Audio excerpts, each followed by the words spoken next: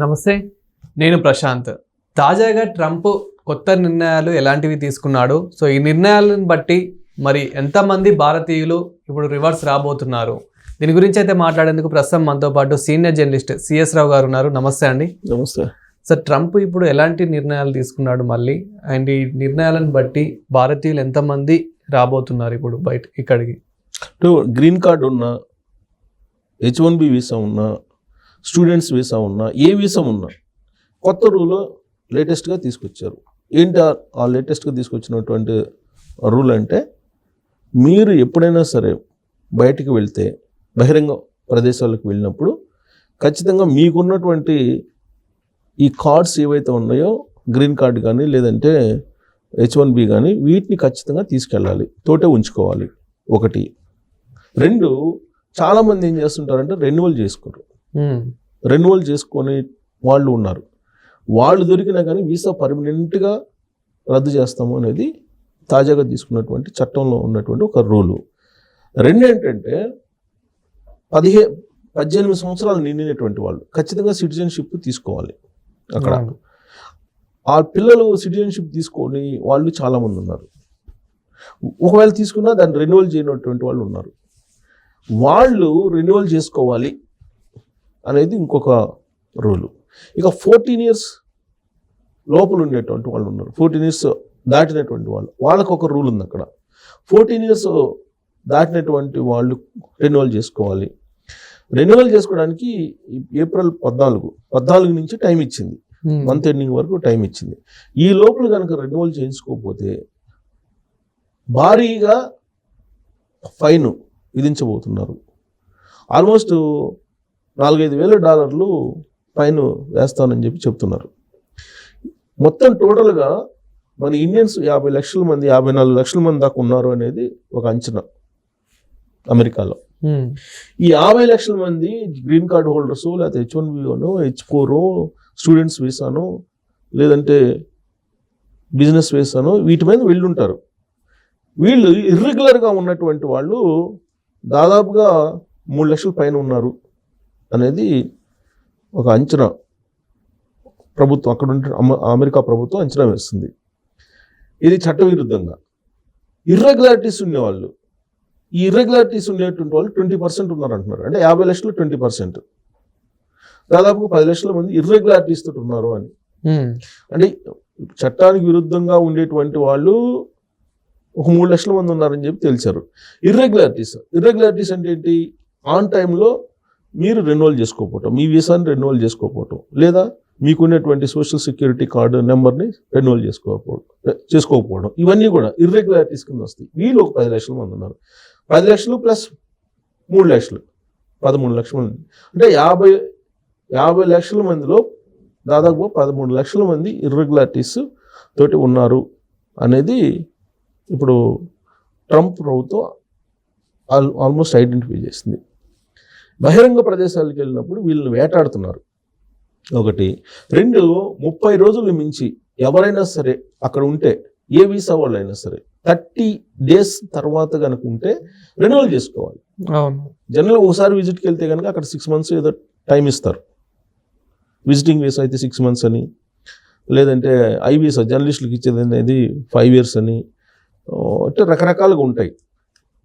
వీళ్ళు 30 days తర్వాత మళ్ళీ ఎవ్రీ 30 daysకి రెన్యువల్ చేసుకోవాలి అనేటువంటి ఒక కఠినమైన నిబంధన పెట్టారు. ఈ 30 daysలో వీళ్ళు చేయాల్సింది ఏంటంటే, రెన్యువల్ చేసుకోవడంతో పాటు ఇన్ కేస్ డిపెండెన్స్ అక్కడ ఉంటారు కదా, H1B గ్రీన్ కార్డు హోల్డర్స్ వీళ్ళంతా ఉంటారు కదా, వీళ్ళు షిఫ్ట్ అయిపోతుంటారు. షిఫ్ట్ అయిపోయినప్పుడు అడ్రస్లు ట్రేస్ అవుట్ కావట్లేదు. అక్కడ వాళ్ళు ఖచ్చితంగా అడ్రస్ ఏదైతే మారారో ఆ అడ్రస్ తోటి ఇప్పుడు మీరు రెన్యువల్ చేసుకోవాలి అని చెప్పి ఇంకొక భయంకరమైనటువంటి కండిషన్ పెట్టారు. అంటే ఇల్లీగల్గా ఉండేటువంటి వాళ్ళు, ఇర్రెగ్యులారిటీస్ ఉండేవాళ్ళు ఎంతమంది అనేది ఐడెంటిఫై కావట్లా. ఎందుకు? అడ్రస్లు చేంజ్ అయిపోతున్నాయి. అడ్రస్లు ఉంటే హోమ్లాండ్ సెక్యూరిటీ వాళ్ళు అక్కడికి వెళ్ళిపోతారు, పట్టేసుకుంటారు. ఒకవేళ ఇర్రెగ్యులారిటీస్ ఉంటే ఇంటికి పంపిస్తారు. సో ఇప్పుడు దాదాపు 3 లక్షల వరకు రెడీగా ఉన్నారు రావడానికి. ఇప్పుడు ఎవరైతే ఈ ఫేక్గా వెళ్ళిన వాళ్ళు ఎవరైతే ఉన్నారో, సో దాదాపు 3-4 లక్షల మంది రెడీగా ఉన్నారని చెప్పేసి అయితే కొంచెం వార్త వస్తుంది. ఇది ఎంతవరకు నిజమంటారు? ఇప్పుడు తాజాగా ట్రంప్ చేసినటువంటి వ్యాఖ్యలు కానీ, ట్రంప్ ఇస్తున్నటువంటి ఆర్డర్స్ని బట్టి చూస్తే రాబోయేటువంటి రోజుల్లో ఖచ్చితంగా స్వచ్ఛందంగానే వస్తే వాళ్ళకి వీసాలు రద్దు కావు. వన్స్ వీసా రద్దు అయితే ఫర్దర్గా కూడా అవకాశం ఉండదు. ఇప్పుడు ట్రంప్ ఉన్నంత వరకు ఈ స్ట్రిక్ట్ ఉంటుంది. ఈ చట్టాన్ని ఇంప్లిమెంట్ చేస్తున్నారు. కొత్త చట్టం ఏం తీసుకురావట్లేదు ట్రంప్. ఇది చాలా మంది గమనించాల్సిన అంశం. చట్టాన్ని ఇంప్లిమెంట్ చేస్తున్నారు. ఇప్పటి వరకు అమెరికాలో ఉండేటువంటి చట్టాలు పూర్తి స్థాయిలో ఇంప్లిమెంట్ కానందువలన అక్కడ ఇల్లీగల్ ఇమిగ్రెంట్స్ ఉండిపోయారు. ఆ ఇల్లీగల్ ఇమిగ్రెంట్స్ ఎంతమంది ఉన్నారని అంటే దాదాపు 30 లక్షల మంది పైగా ఉన్నారని చెప్పి చెప్తున్నారు. ఓవరాల్గా ఇండియన్ ఎన్ఆర్ఐలు కాకుండా ఓవరాల్గా అమెరికాలో ఉండేటువంటి వాళ్ళు. మరి వీళ్ళందరినీ ఏరివేయాలి అని అంటే అంత చిన్న విషయం కాదు. బట్ వాళ్ళందరూ కూడా ఆ రోజు నుంచి ఫస్ట్ నుంచి కూడా చట్టం తన పని తాను చేసుకుని పోయి చట్ట ప్రకారం కనుక పనిచేసినట్టయితే వీళ్ళు ఉండేవాళ్ళు కాదు. ఇప్పటి వరకు ఏంటంటే అమెరికన్ చట్టాలు 100% ఇంప్లిమెంట్ కాల. దాంతో ఇప్పుడు ఏంటి ఒక అలజడి, ట్రంప్ వచ్చి ఏదో చేసేస్తున్నాడు, ట్రంప్ వచ్చి కొత్త చట్టాలు తీసుకొస్తున్నారు అనేటువంటి ఒక ప్రచారం అయితే వెళ్ళిపోయింది వరల్డ్ వైడ్. కానీ అక్కడ ఉండేటువంటి వాళ్ళు చెప్పేది ఏంటంటే, నాకు తెలిసినటువంటి వాళ్ళు నేను ఫోన్ చేసి వాళ్ళని కాంటాక్ట్ చేసి ఏంటి మాకు ఇక్కడ నుంచి చూస్తుంటే కనుక మీకు అక్కడ సిచ్యువేషన్స్ అన్నీ కూడా కొంచెం ఇబ్బందికరంగా ఉన్నాయంట కదా అని అంటే, లేదు అదేం లేదు అని వాళ్ళు చెప్తున్నారు. ఎవరు పర్ఫెక్ట్గా ఉన్నవాళ్ళు. ఇప్పుడు H1B బేస్ మీద ఉన్నటువంటి వాళ్ళకి కొన్ని నామ్స్ ఉంటాయి. ఆ నామ్స్ ప్రకారం నువ్వు రెన్యువల్ చేసుకోవాలి, నీ కంపెనీకి సంబంధించిన అప్డేట్స్ ఇవ్వాలి, నీ అడ్రస్ ప్రూఫ్స్ ఇవ్వాలి. తర్వాత ఇప్పటి వరకు ఏంటి H1B ఉంది కదా అని చెప్పేసి అది ఆ కోడ్ ఒకటి తీసుకొని వీళ్ళు ట్రావెల్ చేస్తూ ఉంటారు. ఇప్పుడు అలా కాదు, మొత్తం ఒరిజినల్స్ పెట్టుకొని ట్రావెల్ చేయాలి. మీరు ఎక్కడికైనా వెళ్ళండి, గ్రీన్ కార్డు ఉన్నా ఏ తరహా వీసా ఉన్నా కానీ మీరు గ్రీన్ కార్డు ఉన్నంత మాత్రాన మీరు అమెరికా పౌరులు కాదు, శాశ్వత పౌరులు కాదని చెప్పాడు కదా అమెరికా ఉపాధ్యక్షుడు. సో కాబట్టి జేడీ వాన్స్ చెప్పాడు కదా. కాబట్టి ఏ వీసా ఉన్నప్పటికీ మీతోటి దాన్ని క్యారీ చేయాల్సిందే. ఇది క్యారీ చేయకపోతే కనుక ఇమీడియట్గా మీ వీసా రద్దు అయిపోతుంది. ఇర్రెగ్యులారిటీస్ ఉన్నా వీసా రద్దు అవుతుంది. అప్డేట్ లేకపోయినా వీసా రద్దు అవుతుంది. అప్డేట్ లేకపోయినా వీసా రద్దు అవుతుంది. ఇక ఎలాగో చట్టానికి విరుద్ధంగా ఉంటే ఎలాగో శాశ్వతంగా రద్దు చేస్తారు. సో ఇలాంటి పారామీటర్స్ పెట్టారు కాబట్టి ఈ పారామీటర్స్ మధ్యలో మీరు వీసా రద్దు కాకముందే కనుక వస్తే ఫర్దర్గా మళ్ళీ అమెరికా వెళ్ళే అవకాశం ఉంటుంది. ఏది రిలాక్సేషన్ ఏదన్నా ఇస్తున్నప్పుడు ట్రంప్ దిగిపోయిన తర్వాత ఇప్పుడు రిపబ్లికన్స్ అధికారంలో ఉన్నారు, రేపు డెమోక్రాట్స్ రావచ్చు, వచ్చినప్పుడు కొంత రిలాక్సేషన్ ఉంది, అప్పుడు వెళ్ళొచ్చు. అలా కాకుండా మొండికేసేసి మేము తాడోపేడ ఇక్కడే తెలుసుకుంటాం, ట్రంప్ ఏం చేస్తాడు అని చెప్పి అనుకుంటే మాత్రం ఖచ్చితంగా వీసా రద్దు చేస్తారు. రద్దు చేసిన పరిస్థితి ఉంది. హోమ్లాండ్ సెక్యూరిటీ వాళ్ళు ఒక పెద్ద వేటాడుతున్నారు వీళ్ళ మీద. ఇది 3 అంశాలు: 1 ఇర్రెగ్యులారిటీస్, 2 చట్ట విరుద్ధం, 3 అప్డేట్ లేకపోవడం. సో ఇవి లేకపోతే రద్దు చేస్తున్నారు. వన్స్ రద్దు చేస్తే మాత్రం చాలా మళ్ళీ శాశ్వతంగా క్లోజ్ అయిపోతుంది కదా. అలాంటి స్థితిని తీసుకొచ్చుకుంటారా లేదంటే ఇప్పుడు అక్కడే ఉంటారా అని అంటే చాలా మంది ఇండివిజువల్గా రావడానికే సిద్ధపడుతున్నారు. సో ఈ మధ్య వీడియోస్ కూడా వస్తున్నాయి, ఇల్లు సర్దుకొని వస్తున్నటువంటి వీడియోస్ కూడా వస్తూ ఉన్నాయి.